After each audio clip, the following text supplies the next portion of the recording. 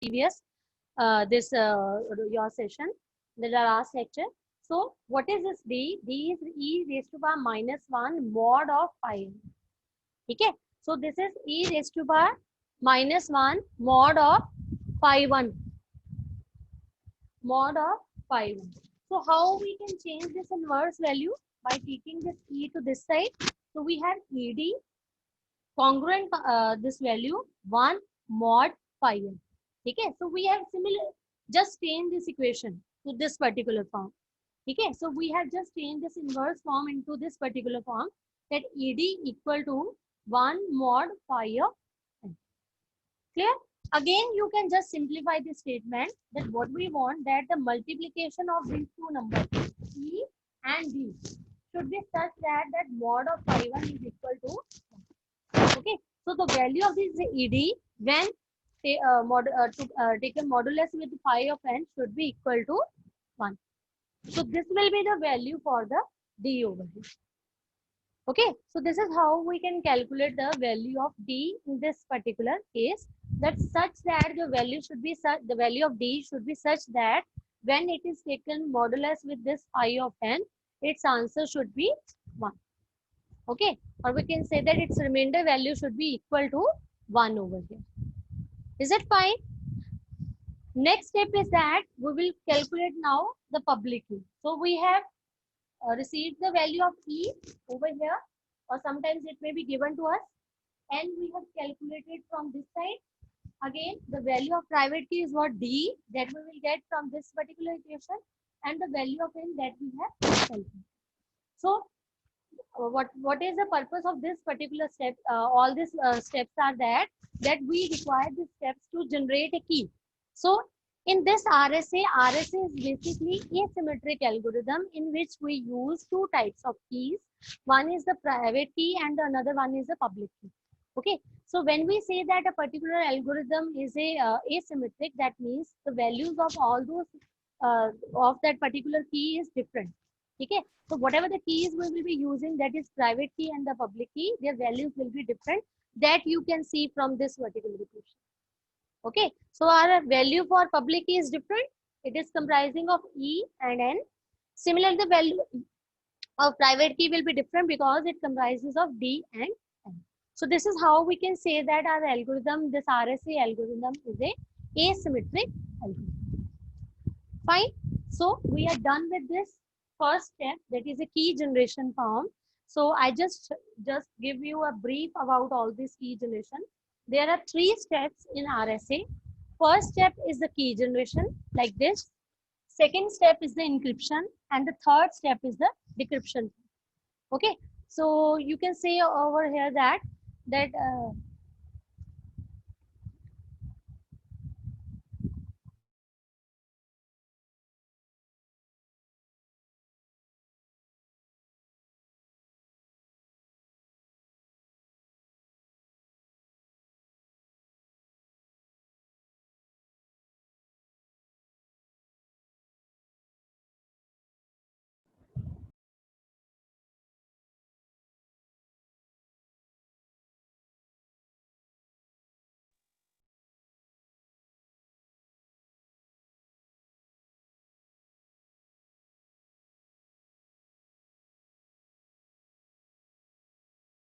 okay, so we have done with this particular key generation steps, in which we are able to calculate the values for E, D and phi n. Okay, so what we are doing over here, key generation, we are calculating the value of N, phi n, E and D. So 4 values are able to get after all these steps in the key generation. So you just remember that how much important this particular step is in RSA. Is it clear? Next is the step 2. Step 2 is the encryption part. Okay. Now you know that we have able to find the values for E, D, N and torsion function, that is phi of n, that we have calculated after executing all those steps in the key generation part. Now the second thing is that what is an encryption?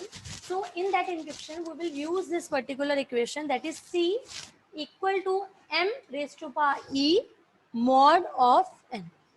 Okay, So E equal to m raised to power E. Okay, so you are using m raised to power E mod of n. Now what is this m? That is the number of digits in the plain text. Okay, so what is this n? That is the number of digits in the plain text. Okay, so sometimes the value of m is also given to you. Okay, sometimes what happened that the value of m is will be given to you. Otherwise you can calculate the value by just counting the number of alphabets in that particular text, in a plain text. Okay, let's suppose I have my plain text is like this, fast. So it comprises of 4. So what will be the value of m will be over here? That is m equal to 4. So sometimes directly m equal to 4 a number will be given to you, or if it is not given, that you must be given with particular text. You just count the number of alphabets that is given to that is given in that particular text. Okay, so you can just calculate all this. Is it fine? So how we can say that m is the number of digits in the plain text should be less than n. Now the second condition is that your value of m should be less than n. What is that n? This particular thing. Okay, so obviously if I am using I just check to it that whatever the value of m, either it is given to you or you are calculating that value by your own, its value should be less than n. Is it clear? So this is how we can calculate this value for the encryption part.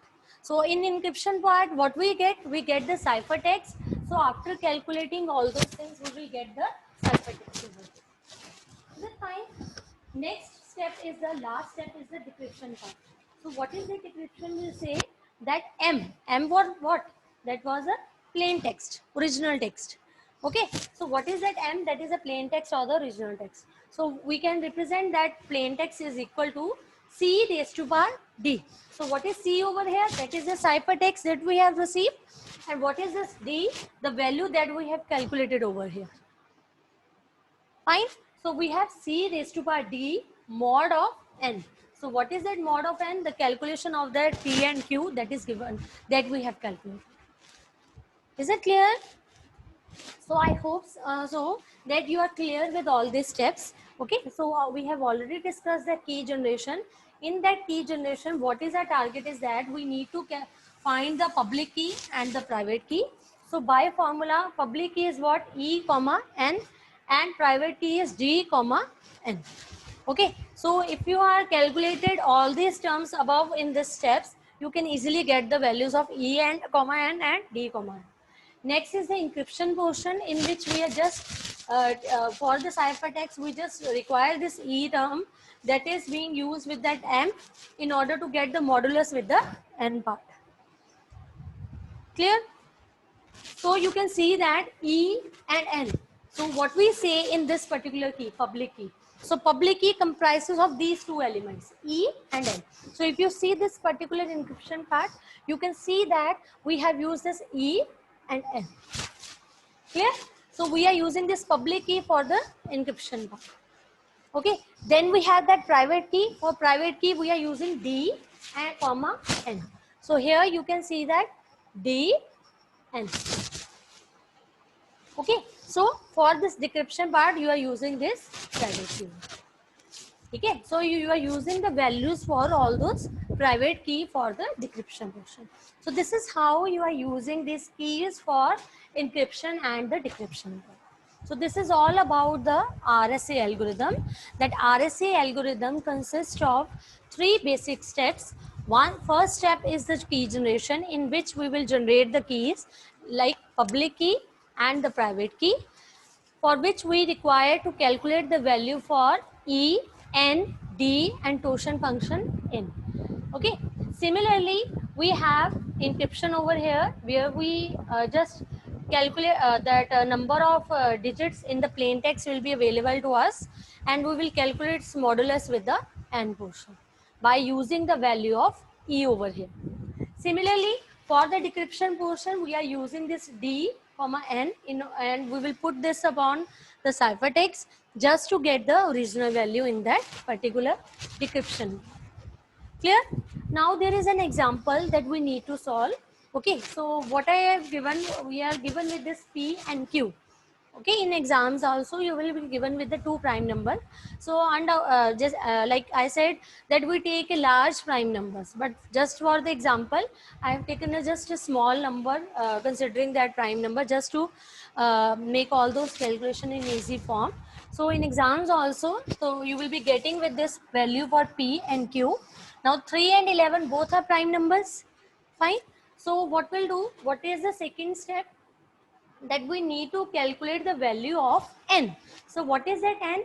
N equal to P multiply Q. So we will take n equal to P multiply Q. So that is 3 into 11, 33. This is the value of n that we are getting over here. Fine. This is the second step. Now what is the third step? That we have to calculate the torsion function of n. Fine. So this is the torsion function of n, that is P minus 1 multiply Q minus 1. So we will see that P minus 1, that is 3 minus 1 2, 11 minus 1 10. So what will be the answer? 20. Okay. So this is Euler torsion function that we have already discussed, that how we calculate, why we calculate like this, that we have already discussed in the previous lecture. Okay. So we simply calculate the value of phi n over here. Okay, by subtracting both the numbers and after that multiplying that numbers, we will be getting the value for the phi of n. Next is that ED. Now what was the fifth step? That we need to calculate the value of D over here. How we can calculate it? You can see over here that we get the value of E equal to 7. Okay, so we get this value of E equal to 7. So 7 multiply D mod phi of n, that is 20, equal to 1. So what this particular equation meant to be, why we are using this particular equation? Just to calculate the value of D. So what we want, that we want a multiple of E, that is D, in such a form that when we divide it by 20, okay, how this 20 is coming? From this phi of n. So when we divide by this 20, its remainder should be 1. So what we do, we just simply see the multiples of this phi of n.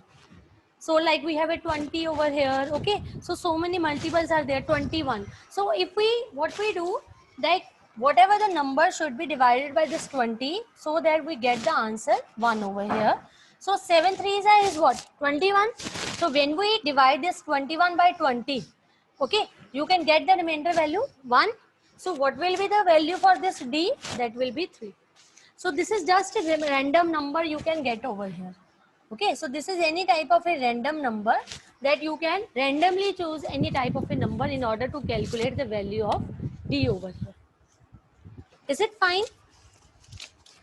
I just again repeated that we will find the multiples of phi n. That is, here what is the multiple of phi n? That is 20. Okay, so we will find the multiples of phi n. Just find a number that will satisfy a value greater than this particular number. So any number which will be greater than 20 will give you the result, that it should be such that your result should be, your remainder should be 1 over here. So 20 is greater, we can have 21. So simply when we divide this 21 number by 20, what answer we will be getting? That what remainder we will be getting? That is 1 over here. So this is the simplest, we can say that trick over here, that we can get this particular number, that we just increase that number by 1, and you just see that what multiple pose that particular number. Okay, fine. I just again repeated that we just see the multiple of this particular number. Usually what we do, we just take one number greater than this particular number, so that when we divide this particular number by this particular term, we can get the value remainder as a 1. ठीक है. So हमारे पास number 20 का greater क्या था? 21. So we just see कि is there any number that we can get the value as 21? So we are getting 7 into 3, 21. ठीक है. So what will be the value for D over here? That will be 3. Clear? Now the next and last two steps are, we just use this public key and private key. So what will the value of public key? That is E comma N. So what is E? 7 and N is 30. 7,33 will be the answer. Okay. Similarly, we have a private key, that is D, N. Private key is what? If blackboard is not visible, just listen to me carefully. What was private key? D, N. So that is 3. What is the value of D? 3, N. That is 33. So we have generated two keys over here. One is the public key, another one is the private key. So both the keys are different, and we have just substituted the value of that E, D and N over this particular equation. Fine. Now we are left with these two steps of encryption and decryption over here.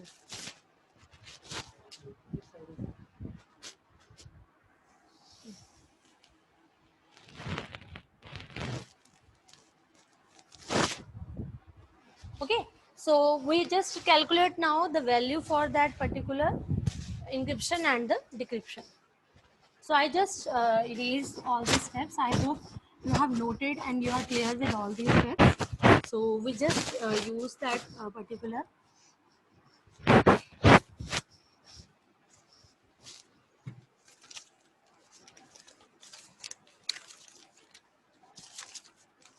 So what is the formula for encryption part? So I'm just continuing this particular algorithm. So what is it encryption part? C equal to M raised to power E mod of N. Okay, so what we do over here, that what will be the value, that either the value of that M will be given to you. Okay, so let's suppose in my case I am given with the value. So let that value of M is equal to 31. Okay, so M equal to 31. So what are you? 31 raised to by E. What is the value for E? 7 mod of N, that is 33. Okay, so this is how we are getting this particular value, that is 31 raised to power 31. In my case, there are two methods to calculate M. Okay, that I have already discussed. Either it will be given to you like this, or some text will be given to you. Like we can say that Playfair is given to you. So you simply calculate the total number of digits in it. So like in this case,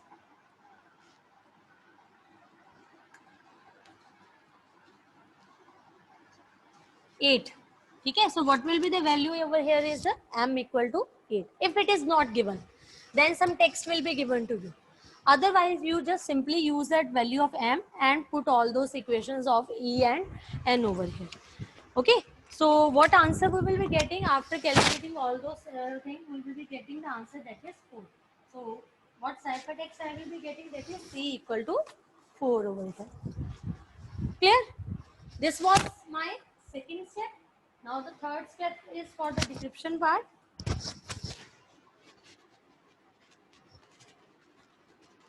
So what that decryption say, that M equal to C raised to power D mod of N. Okay. Now what value of C that we have received in this particular form? That is 4. 4 raised to power D. So what is the value of D? That is 3 mod of, that is 33. Okay, so what value you are getting over here, that is mod of 33. And if you calculate all those things, what answer you will be getting, that is 31. So this was my 31. So you are able to get that particular, this plain text after the decryption process. Okay, so this is the proof. If you are getting the same value as that of an M, that means you have received the text in the right form. Clear? Is it clear? I hope this algorithm is quite easy, but it is interesting also, as it includes so many steps over here. So it is quite easy as compared to the previous algorithm like DES and that we have already discussed in the this previous sessions. Okay, so if you are clear with this particular thing, kindly raise your hand so that I can start with some particular polls. This is quite easy. If you are, I don't think so to repeat again and again the same thing. In the very first lecture I told you that you must take a notebook with you, so that you can note down all those steps. Okay, so you just note down. I have that's why I written all those steps in advance, just to ensure that you are so frequently with me, you can write all those steps and you can solve that particular algorithm by yourself. Is it fine? So if you are comfortable with this particular algorithm, I just move towards the poll. So first of all, I just try to give you one example also based on all these steps. Okay, so just try to solve that particular problem. If there is any problem, you can solve it afterwards, and just to ensure that you are getting the right answer afterwards. Okay, so meanwhile, I just start with the two polls.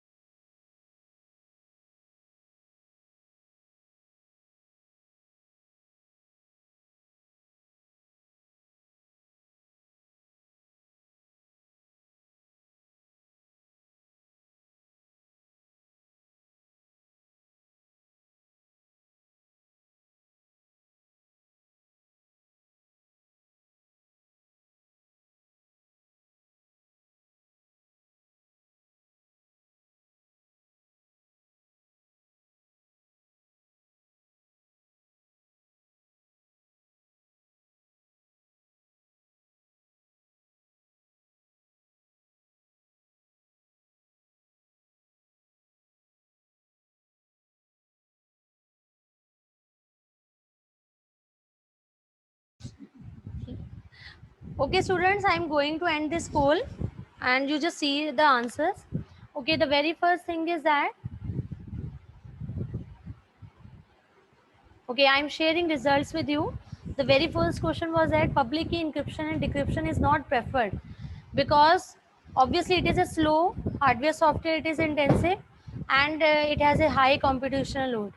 Okay, so this is all these we can say that options are true. That's why we didn't prefer this particular public key encryption. Okay, second is that in public key in crypto system which is kept as public, so we use this encryption keys that we uh, make this particular encryption keys as public so that it is visible to all the members in a particular network. Fine, so both these answers are correct. Now I am going to share another poll with you that is based on RSA. Okay, so just be ready and solve that particular question.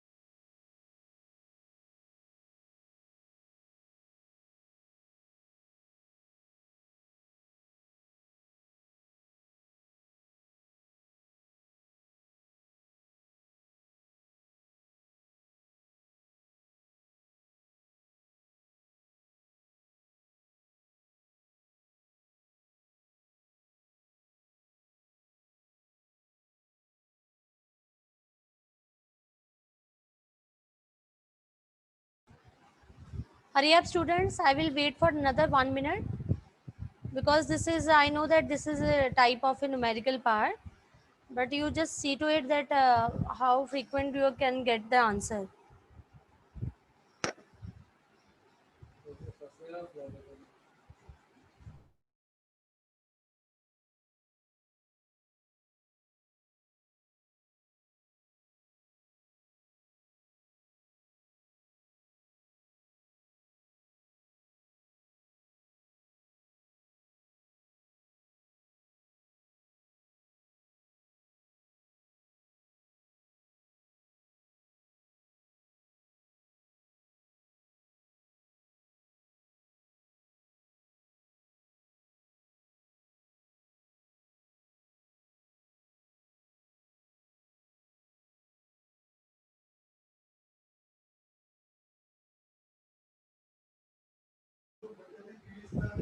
Okay, students, I am going to end this poll.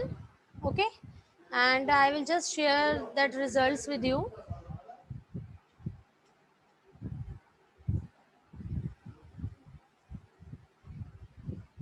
Okay, so the right answer is 88.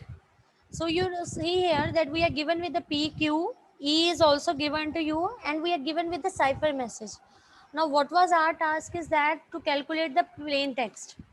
Okay, so you just put all those value in that particular encryption part. You can get that answer for that. That particular you can get the value for that M. Okay, so if like some of the students have given the answer 92, you just check your that algorithm and just see that what values you are equating, and on the calculations part there could be some error could be there. Okay, so such type of a algorithm could come in exams, that you can be given with all these values. Sometimes some the value of M will be given to you. Sometime you have to calculate the value of D. So this is how we can put all those value in the given equations and we can get the final results. Fine. So okay, so this was the answer that I think I have not shared that screen with you. So you can see that most of the students have given the answer as 88. So this is the right answer, 88. Basically 88 is the right answer, and there could be some errors in calculations and all that. That's why some of the students have given the answer for 92. Okay, so you can see to it afterwards also. Ch- uh, rem- uh, just see this particular situation, that such type of equation can come in exams in which you are given with some particular values and you just equate all those values and get the desired results that you want, or the desired result for the question that you have been asked in the exam. Like in this particular case, you are given with a cipher message and you have to calculate the plain text over here. Okay, so thank you very much. Now we will start with another part.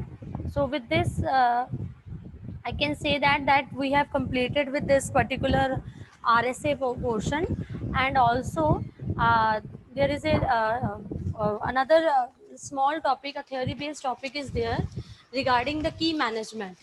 Okay, so I just uh, discuss all those some points in brief, because this topic is basically based on the theory portion, and you can I will just give you all those notes to this particular topic and you can go through all those notes. Okay, so there is a key management term, that how we can key management.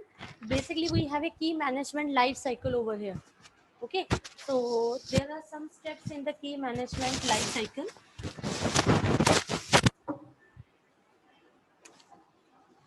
So we have a key management life cycle is there. So what is a key management life cycle? Like we have a key generation, that how we can generate a key. Okay, so the second thing is that how we key are established. Okay, third is that key storage. Okay, the fourth one is the key usage, that is when we use all those keys for the encryption and the decryption portion. Okay, then is the key archival.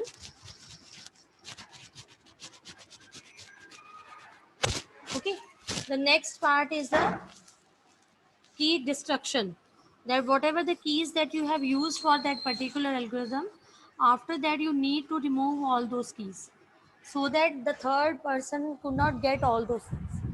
Okay, so these are some key management life cycle, that how we can generate the keys, what are the different method for generation of that keys, that one of the method we have discussed in the RSA also. Okay, second is the key establishment, that how we can able to get that particular key. Okay, so that where to use which type of a key, like we have a public key is there, private key is there. So this is how we can assure that particular key and use that particular key for that defined work that we need to perform with that particular key. Okay, so key storage is there, key usage is there. Storage is that just to preserve all those keys, so that in that particular time when we need to require, when we require that particular key, we can able to get that particular key. Okay, key usage, like in our algorithms during the encryption and decryption process, we require use that particular key. Okay, so and the last one is the key archival, that how we can use that particular keys for different type of a work. Okay, so that keys should be available to us for some particular work, so that is the key archival over here. Okay, and the last one is the key destruction. So key destruction is what, that is just to discard all those to discard all those things, just to check that so that there is no any mass usage of that particular key or any misuse of that particular key. Okay,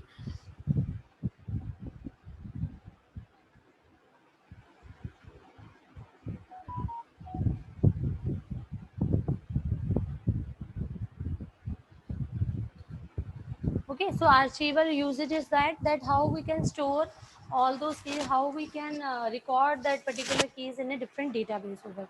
So these are all that we can say, that these are some of the theory topics that I will give to you, so you just understand and go through all these terms. Okay, so next there is a digital certificates that we have already done in the previous class, and with this how we can see that we have also certifying authority is there, CA. Okay, so there is a term known as a certifying authority. Certifying authority is there. Okay, so authority is what that we have already discussed in that digital signature also, that this certifying authority is that it will generate all those key pairs. Okay, it will take the responsibility for identifying correctly the identity of the client who is asking for that particular certificate to be issued, and it also ensure that whatever the information that is given, information that is in asked, or whatever the digitally documents we are signing, that is true. So this is the work for this CA, that is the certifying authority. So what that CA will do, it will generate the key pairs, generating, this is the duty of the certificate authority, key pairs. Okay, and it will generate what set of a keys we require for that particular algorithm or for that encryption part. Okay, it will issue digital certificates, it will issue digital certificates. So you just write all these points, so that, and just understand all these terms, and you can go through the notes, or or you can follow your book for this type of this theory part. Okay, so it can issue digital certificates such that to prevent modification of the detail contained in that particular certificate. Okay, so it can also publish certificates so that users can find them. Okay, so what it says that it can also publish certificates so that user can find for that particular certificate it requires. Okay, publish certificates just to check that, we can say that, like we have a electronic telephone directory, so we have a telephone numbers for each and every person, and if you want to search for a number for a particular person, so you can go through all those content of the diary diction, we can say the telephone directory, in which we can get all those numbers. Okay, so this is the publication of certificates. Next is the verifying certificates. So it can also verify certificates, or we can say that it can check for all those details that either all those details are true or not. Okay, so this is verify certificates. Okay, so these are all related to that key management or the certifying authority we have we use in this encryption and cryptography form. So rest of the things that we discuss with this particular, the next, now we are done with this particular unit 2 portion. So with this key management life cycle and this certifying authority, certificate authority, we have completed our unit 2 part also. Okay, so in this unit 1 and unit 2, as you know that your sessions are also coming, so we are completed with both these units. So in both the units you have seen we have done so many algorithms with examples. So if you feel like any problem, plus I will try to give you some exercise based on this all these algorithms, so that you can solve all those things before your exam. Okay, so these obviously all these algorithms are very important, and most of the content that will come in exam that are based on this algorithms only. Okay, so now we can start with the unit 3 portion, and before that I just want to share with you another tool that is related to this particular video.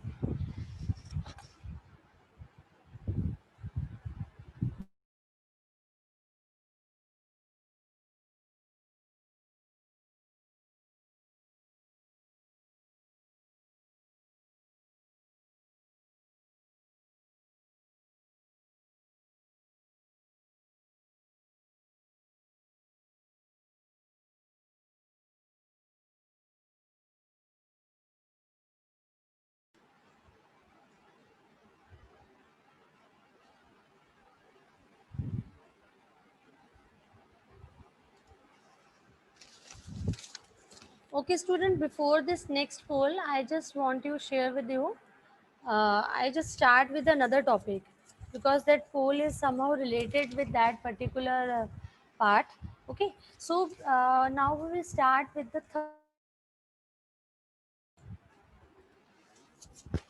so now we will start with the third unit.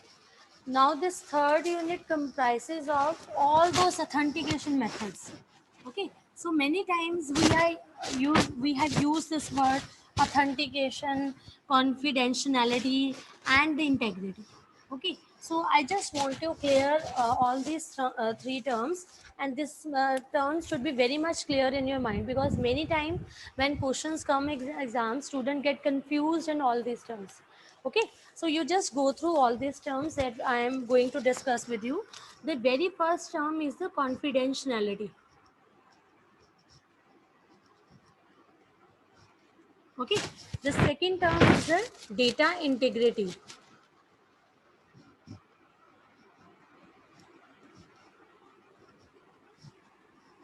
Okay, and the third term is the authentication.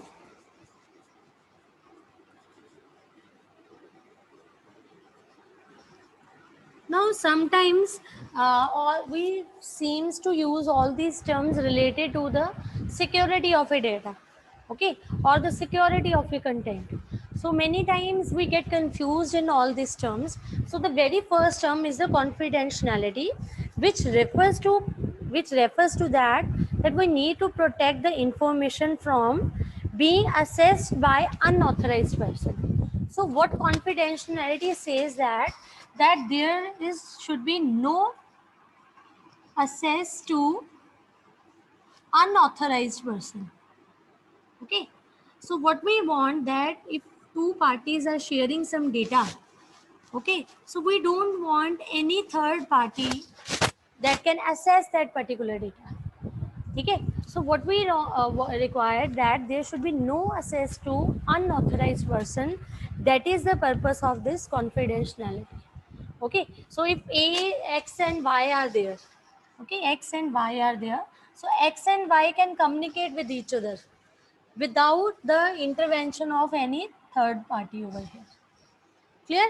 So this is how we use this word confidentiality, that there is no access, that is we need to protect the information from being accessed by any unauthorized person.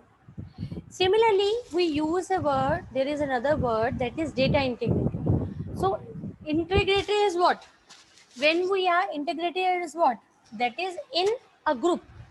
The group should be such type that there should be no change in the in its that particular group should be complete.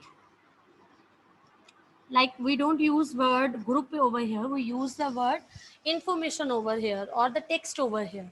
So whatever the information we are using, that should be complete in itself. So we require total completeness. Okay, next is that we require accuracy, and the third one is the consistency of data. Consistency of data.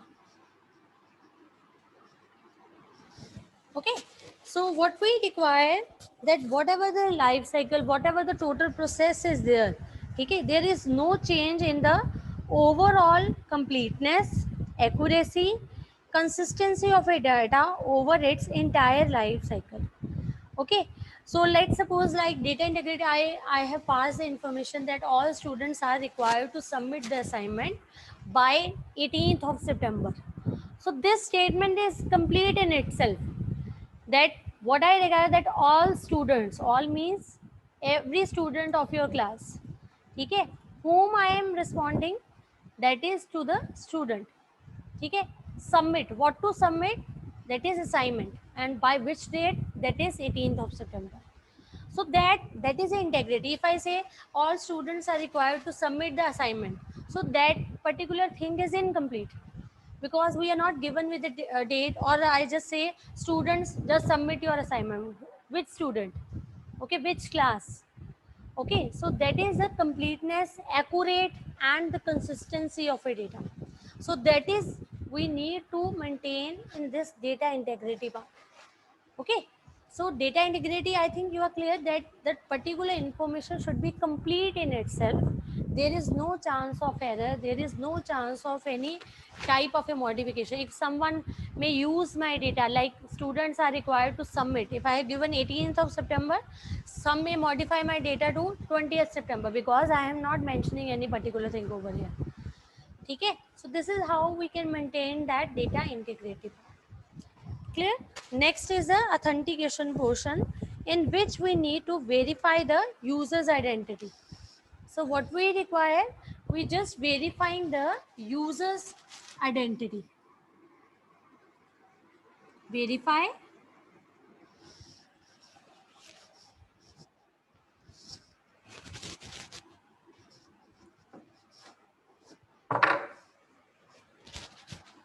verify user's identity. Okay, this is the authentication. This is the meaning for the authentication, that both the parties are the authentic. Now how it is different for from that confidentiality? In confidentiality we say that there is no third party that can access that information in between. Okay, so that data is confidential. Let's suppose I need to deliver some parcel to another person, so that data is, that parcel is confidential between me and the other party, right? So authentication is there, what that verifies user's identity. It will see that both the user are the verified user, like the person from which I am getting the parcel, it is also true, and the person to whom I am delivering that parcel, that should be also true. Okay, so at both the ends the identity should be true, then only we can verify that user's identity. So I think you are clear with all these three terms, because in this particular unit we are using many time all these terms: confidentiality, data integrity, and authentication. And many time in exams we get questions or case studies, or we can say that there are some descriptive type of a question related to all these terms. So if you are clear with all these three terms, can you raise your hand so that I can move further, and we can discuss with the different authenticator that we have.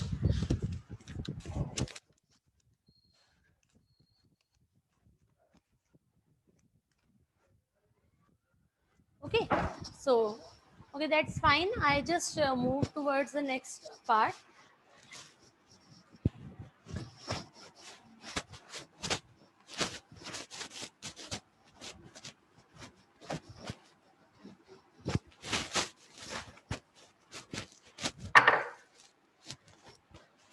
Okay, we use a word authentication function. Okay, so in cryptography, we use a term that is authentication function. So what is a function that performs something? Okay, so there are some functions in cryptography also that performs the task of authentication. Okay, so what we say that particular function as a authenticator. So we have an authenticator must be there. So authentication function is what, that there is a authenticator. Okay, so there must be authenticator to authenticate the message. To authenticate the message.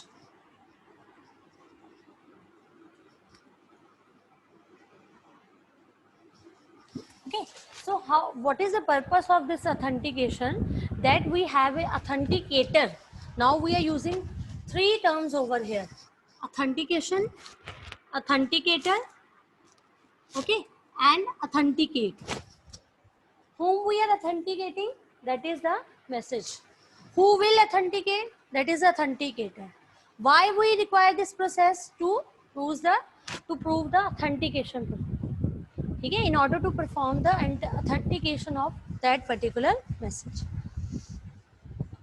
Okay, so types of authenticator are there.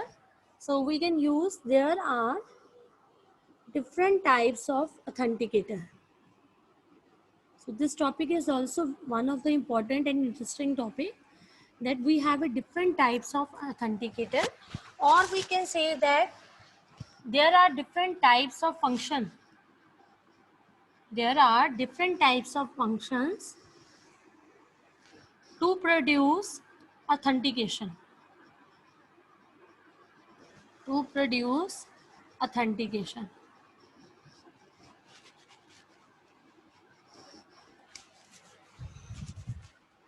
Okay, so we have a different types of authenticator, and or we can say that there are different types of functions that will produce the authentication.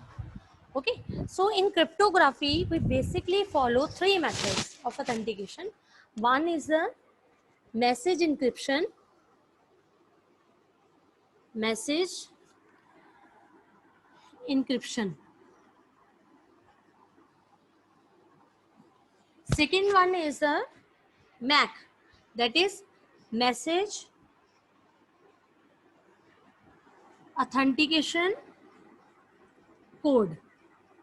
So this is message authentication code, and we usually in short term we use the word MAC over here. Okay, so there are three types of authenticators or three types of function that will produce the authentication.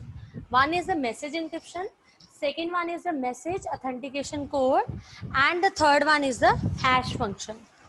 Third one is the hash function. We have already discussed this hash function in digital certificate also, but in this part we will discuss in somehow more detail. Okay, so we have hash function also, and we usually represent this hash function with the value h. Clear? So this is how we can use this particular authentication, or we can say the authenticator. There are different types of authenticator, and how we can produce this authentication. Clear? In today's session, we just discuss about this message encryption.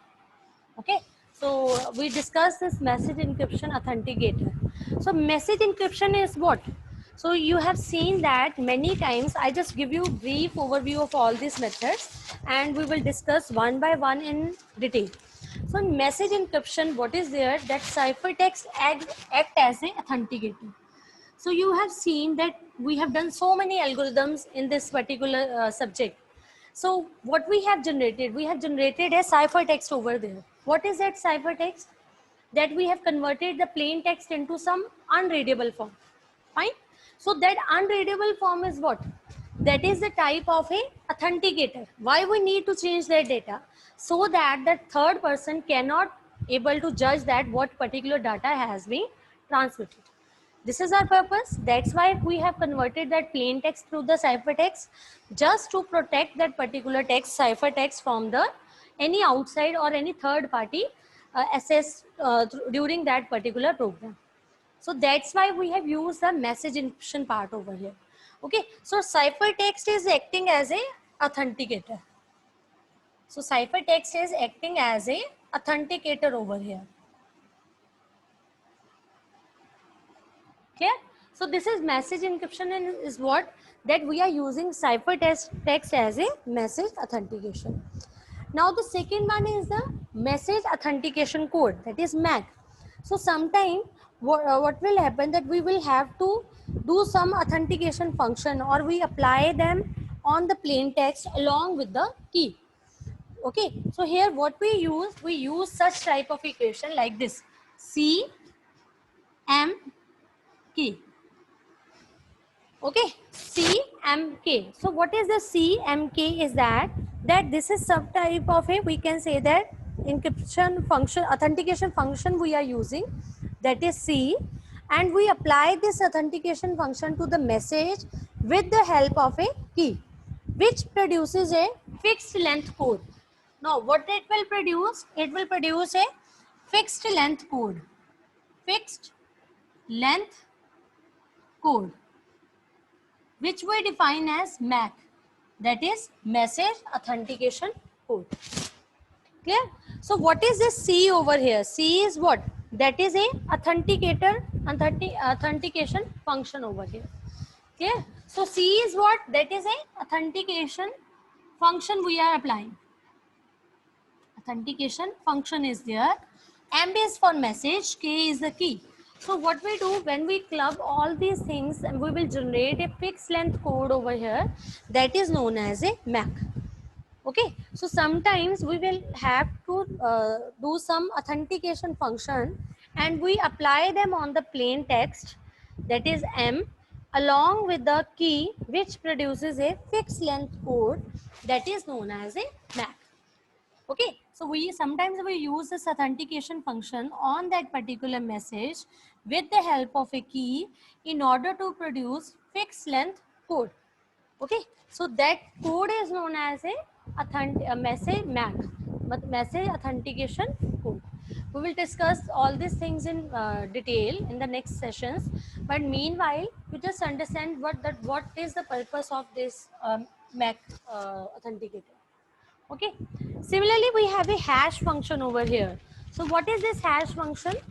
This hash function is basically same as that of your this MAC, but there is a difference, that we don't have any key over here. It is not dependent on any type of a key. Okay, so we have a fixed length code. Okay, we have a fixed length code, which is also known as a hash code, or we say message digest. Message digest. Okay, so this is the authenticator, which act as a authenticator. So what is authenticator? This is authenticator over here. This is also authenticator over here. This is the ciphertext in this particular day. This is the authenticator over here. Clear? So what is the difference between the hash function and the authenticate code? Is that in an authentication code we use a key over here, whereas in hash function we don't require any type of a key. It is independent of key, so no key is used over here. Okay, so we usually say this is a hash code, hash value, or a message digest. Clear? You are clear with this authenticators? Please raise your hand so that I can start with the message encryption portion. Yes, this is simple, just an interesting one, just to clear all those things in your mind, that how we can use this authenticator part in cryptography. Okay, now in this particular session, we will just see that there are four we can say that there are four ways in which we can use that message encryption. Okay, so we have three methods for that authenticator. One is the first method was message encryption, second was that MAC, and the third one is the hash function. Okay, so in this lecture we will discuss about the message encryption. So we have a message encryption over here.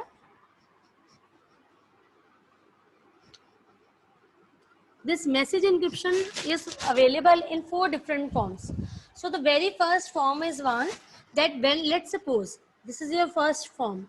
When let's suppose we are having some message, we are encrypting that particular message. Okay, so we are encrypting that particular message using key 1. Whatever the text we are getting over here, that is the encrypted message. This is your encrypted message. Again we have a D over here, that is used for D, and we have a key 1. Okay, and the last one is that we will receive that original text over here. Clear? So this is your sender, this is your receiver. Now this type of a message encryption is what? This is the symmetric encryption. As you know that we have done so many examples related to symmetric encryption. Okay, so in this symmetric encryption, this whatever the encrypted message we are giving or whatever the ciphertext we are getting after this, that is according to that ciphertext is acting as a authenticator. So this is the authenticator. But in this type of a symmetric encryption, what is the point to note that is that key 1 is shared between sender and receiver. So sender and receiver, they both are using the same key. Okay, so let's suppose that I need to give some notes to some students. So half of the notes are available with me and the second half is available with another person. So how we can authenticate about that particular thing? When we just join together and we see that the page at which I left that particular notes and the remaining part is available with the another. So similarly, this is the key 1, that if two parties are, we can say that if we are having that both the keys are shared between the sender and the receiver. Okay, so key is with the sender and the receiver, they will have the same type of a key, that is known as a symmetric encryption over here. Okay, so this is the first variation or the first form of this message encryption. Now we will discuss the second form. Second form of encryption, what it says that is the type of asymmetric encryption. So recently we have done that asymmetric encryption. What asymmetric encryption says that we have a particular message, we encrypt that particular message with the help of a key 1. Okay, then we have a encrypted message, or we can say that ciphertext message. Now this key 1 is what? This is a key that is public B.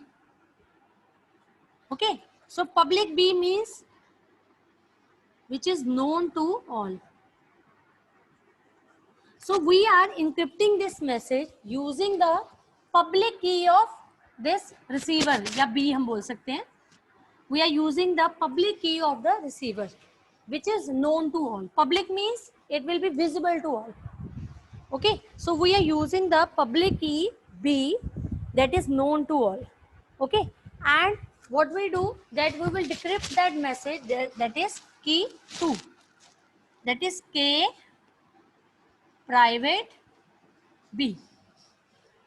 Okay, so as you know that there is a rule that when we are encrypting a particular message with a public key, then we can decrypt the message only with the help of a private key. Okay, so here that K private B is what? That is we are using the, or we can say that R over here. We will use the private key of this receiver R in order to decrypt that particular message. So do you think there is an authentication? No, we are not. There is a confidentiality of data. Okay, so confidentiality of data is there. Why so? Why this? How this confidentiality of data is here? Because we have the key which we are encrypting that particular message, that is public. Okay, so that is public, that is available to all. But the key with we are decrypting the message, that is B, that is a receiver B, that is the receiver private key with which we are decrypting that particular message. So confidentiality is there because we know that, let's suppose in a network we have given one message to all of you. and we have like there are 10 participants in a network. So we have given that message to all the 10 participants, but whom can open them, which person can open that particular message? That person who will be having that private key over there.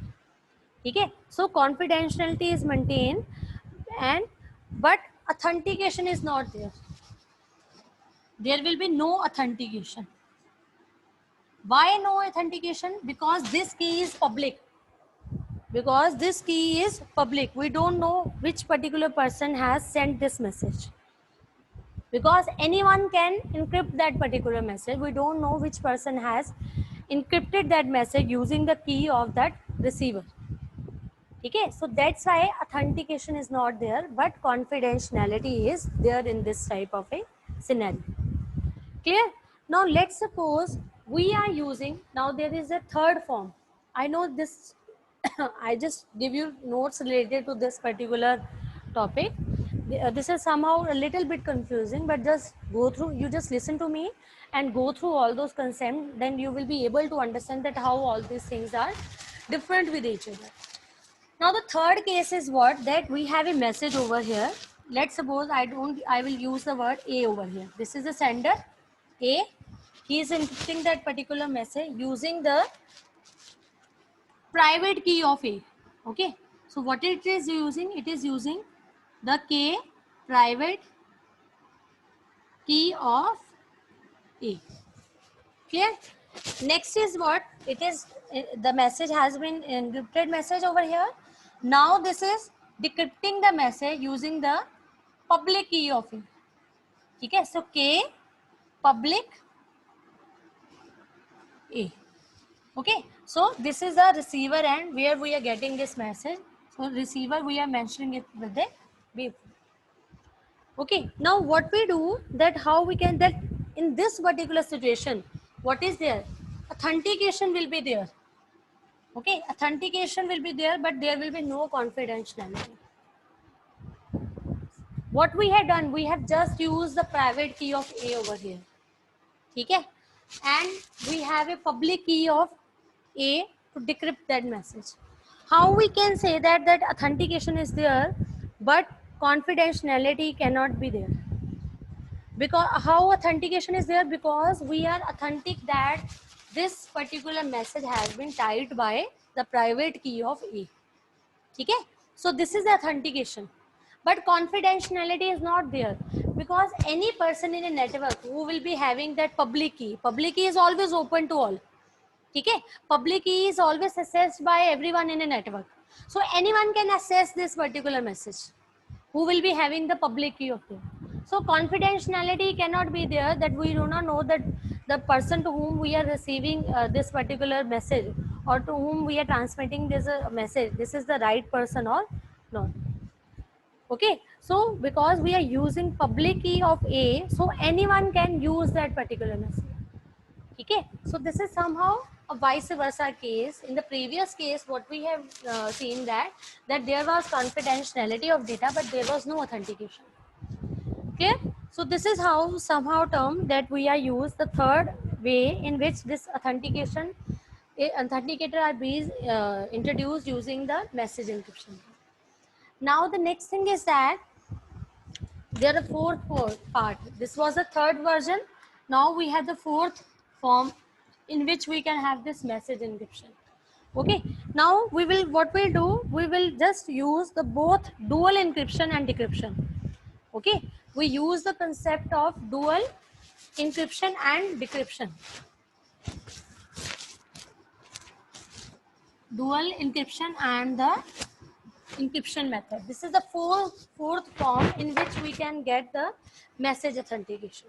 So what we do, here is the message. Okay, I just encrypt this particular message using the K private key of A. Private key of A. This is your A. Okay, we have the encrypted message. This is your encrypted message. Okay, so what form of encrypted message is E M K P A? So what is this KPA? That is the private key of A. Clear? Again we use dual encryption is there, E. Again we encrypt this message using the public key of B. Public B. Key public B. We will use the private key of A and public key of B over here. ठीक है? So we are encrypting that particular message. We will get that ciphertext over here. Okay. So what we do? We will first open this particular key. ठीक है? So हमारे पास क्या होगा? We have that particular message over here that we will decrypt this particular message using K private B. Here we have used public B. Here we will use K private B over here. Okay. And after that, again we will get some particular message, and again we will decrypt that particular message. We will decrypt that message with the help of K public A for this particular thing. We have a K private A, so that's why this is a large, we can say that outer loop, that is a K public A. Clear? So this is your K public A with the help of which you are decrypting that particular message. And finally, that message will be received to B part. That is the F. Okay. So if this thing is not visible, I just write to it K public A. Clear?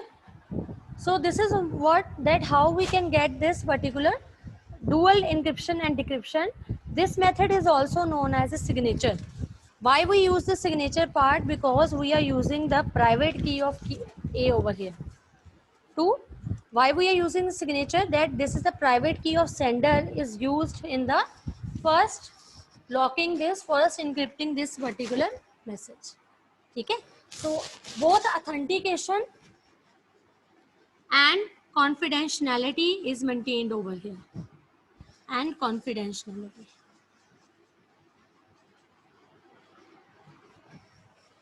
Okay? Authentication and confidentiality is maintained over here.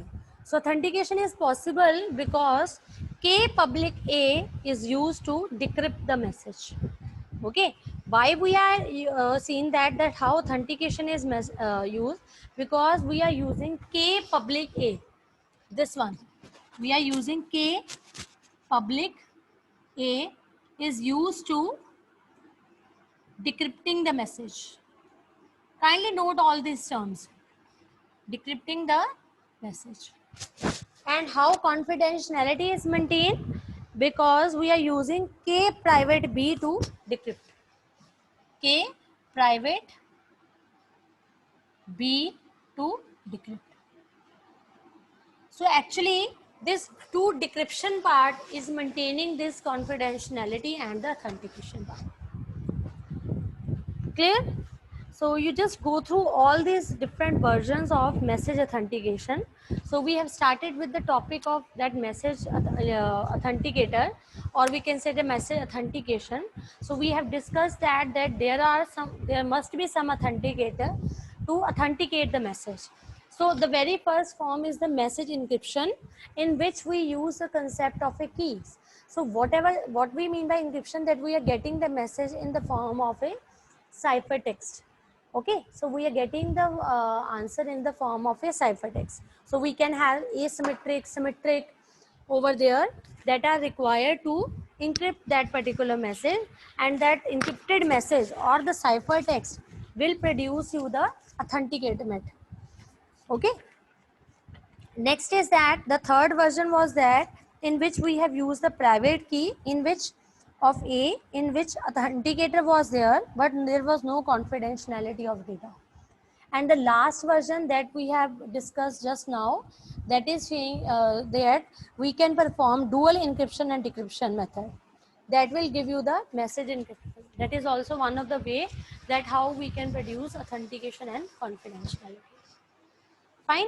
So this was all about that this unit particular. We have started with the unit 3, which is mostly dealing with the authentication part.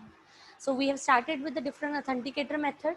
Okay, we have discussed that what are the different methods available for this authentication part. Okay, so this is how we can use all these terms. Clear? And in the next session we will be discussing the remaining two part, that is the hash function and that mac portion, that we will discuss in the next session. So meanwhile I just discussed with you another two polls related to your this particular.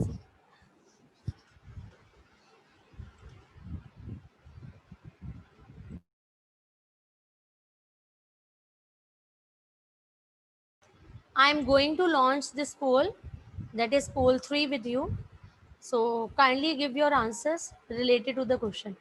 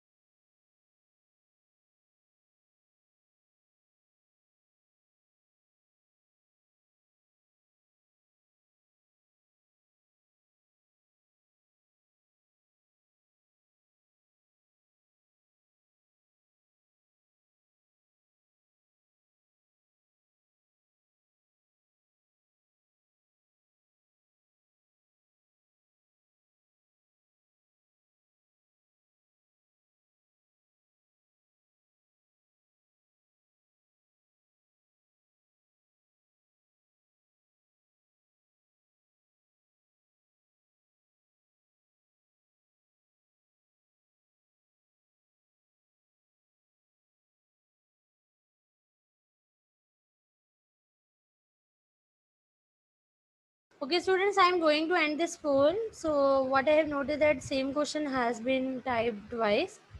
So the answer for this particular question is that this is the confidentiality. Okay, so you just remove the second part, and the first answer is that message confidentiality means that the sender and the receiver will expect the privacy over here. Okay, so I'm going to end this particular poll and I'm sharing results with you. So you can see that confidentiality is the right answer. So same question has been written twice. So kindly ignore the second part, and the first part is the same as that of the second question. Okay. So I will stop. I'm going to stop share this results, and I will start with another poll over here.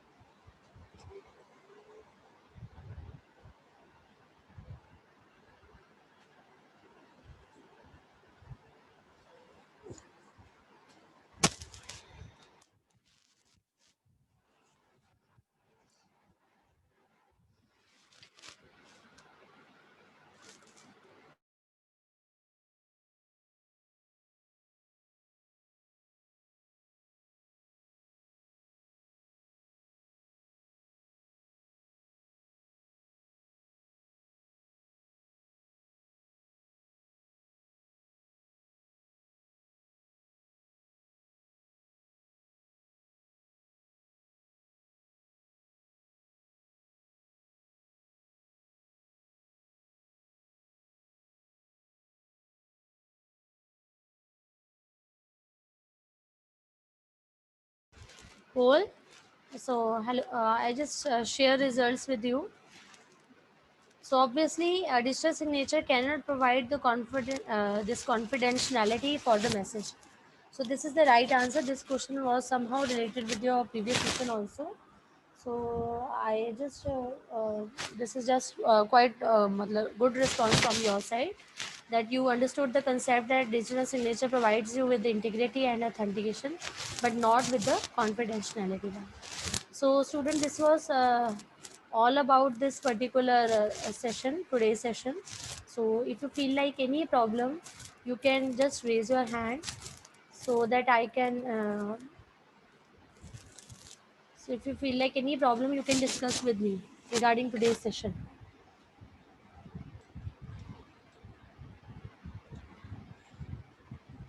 Yes, Pavan. Yes, ma'am. Yes, you have raised your hand. No, ma'am. Just sorry.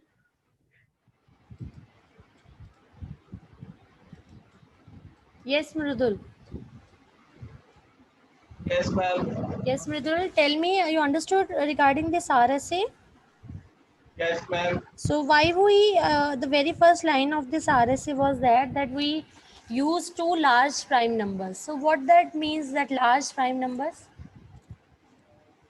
Ma'am, it's for confidentiality purpose. Okay, Means means we have to take two large prime numbers, mm, and we take it um, because for the security purpose. okay. So what is the value? What are the basic three steps in this case RSA?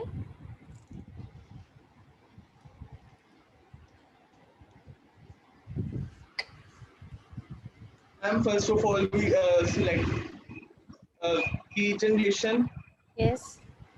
then symmetric. Then we have to solve a symmetric algo, Okay. and then we have to so encrypt and decrypt the algo. Okay. That's fine.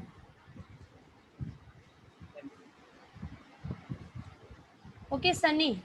Sunny is there?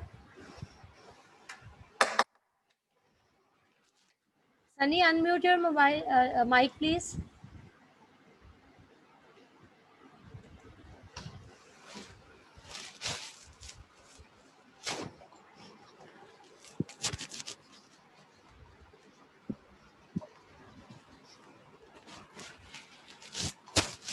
Yes, Sunny.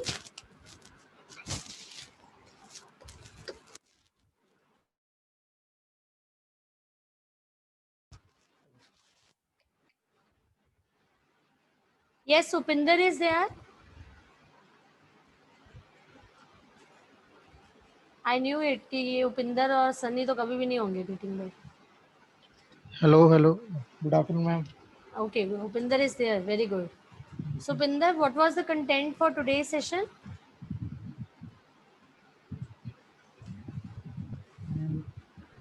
What we have discussed in the class. My voice was audible to you? Yes, ma'am. It is clear or not? Yes, ma'am. Okay. So, how many units we have completed till now?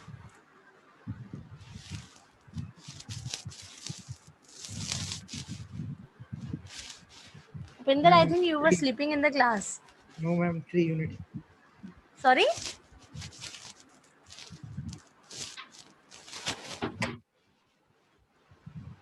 Hello, Yes, Vijay.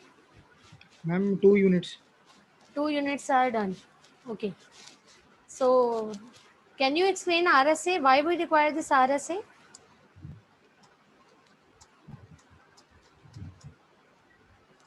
No, ma'am. You didn't listen that particular topic, RSA? That was the very first topic. I always try to just